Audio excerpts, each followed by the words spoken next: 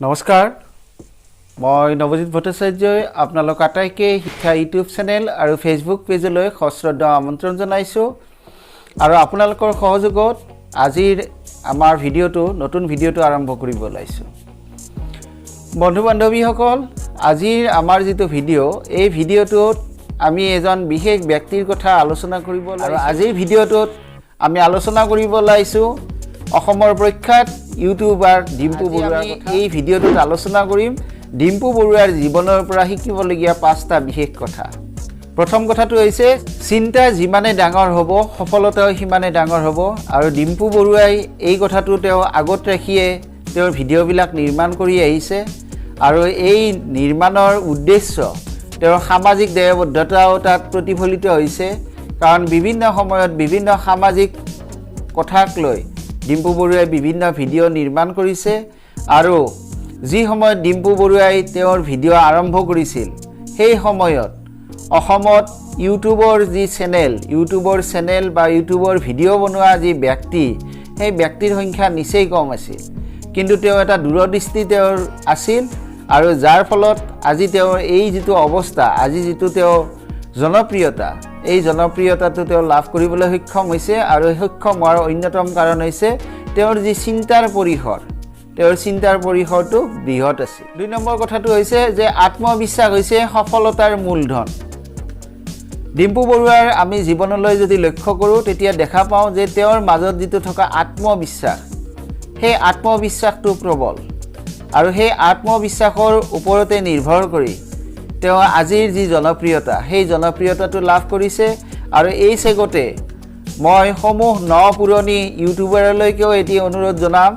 যে আমাৰ মাজত প্ৰত্যেকৰে মাজত আমাৰ আত্মবিশ্বাস থকাটো দৰকাৰ আৰু আত্মবিশ্বাস আহে নিজৰ কৰ্মৰ ওপৰত নিজৰ কৰ্মৰ যিমানে আমি শুদ্ধ কৰি যাম কৰ্মক যিমানে আমি ভাল পাম সিমানে আমাৰ আত্মবিশ্বাস বাঢ়িব আৰু ডিম্পু বৰুৱাৰ ক্ষেত্ৰত এইটো নিঃসন্দেহে দেখা পোৱা যায় যে তেওঁ নিজৰ কৰ্মক তেওঁ যথেষ্ট পৰিমাণে ভাল পায় 3 নম্বৰ যিটো কথা সেইটো হৈছে যে সামাজিক দায়বদ্ধতা আৰু সমাজ সচেতনতা ডিম্পু বৰুৱা মই প্ৰথমতে কৈছোঁ যে আমিও ডিম্পু বৰুৱাৰ ভিডিঅ' চাওঁ এই কাৰণে ভিডিঅ' চাওঁ যে ডিম্পু বৰুৱাৰ ভিডিঅ' 10 বছৰীয়া ল'ৰাজনেও চাব পাৰে বা 80 বছৰীয়া ব্যক্তিজনেও চাব পাৰে কোনো বয়সৰ তাত ভেদাভেদ নাথাকে বা সকলো ধৰণৰ তাত কোনো ধৰণৰ অশ্লীলতা নাথাকে সামাজিক যি দায়বদ্ধতাটোক ডিম্পু বৰুৱাৰ ভিডিঅ'ত আমি পুৰা মাত্ৰাই দেখা পাওঁ আৰু সেই কাৰণে তেওঁ সকলো বয়সৰ লোকৰ মাজত সমানে জনপ্ৰিয়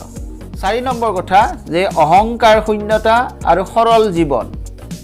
যদিও ডিম্পু বৰুৱাৰ ভিডিঅ'ত আমি দেখা পাওঁ যে ডিম্পু বৰুৱাই অমুক গাড়ী ল'লে তমুক গাড়ী কৰিলে কিন্তু তাৰ মাজতে এটা বস্তু দেখা পোৱা যায় যে ডিম্পু বৰুৱাৰ মাজত এটা সৰলতা আছে